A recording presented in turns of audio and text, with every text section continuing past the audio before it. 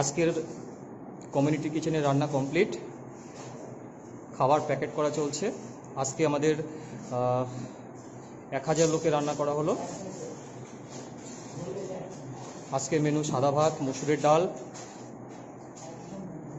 গোটা ডিমের তরকারি আর পাঁপড় ভাজা।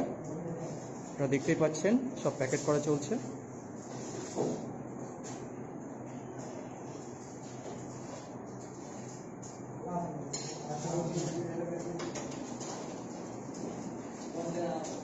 ভাত তো রান্না হচ্ছে, ওইগুলো আসলে তো একদম গরম হবে।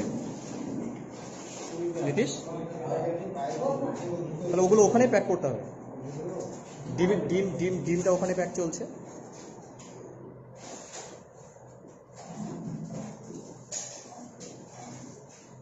দেখতে পাচ্ছেন।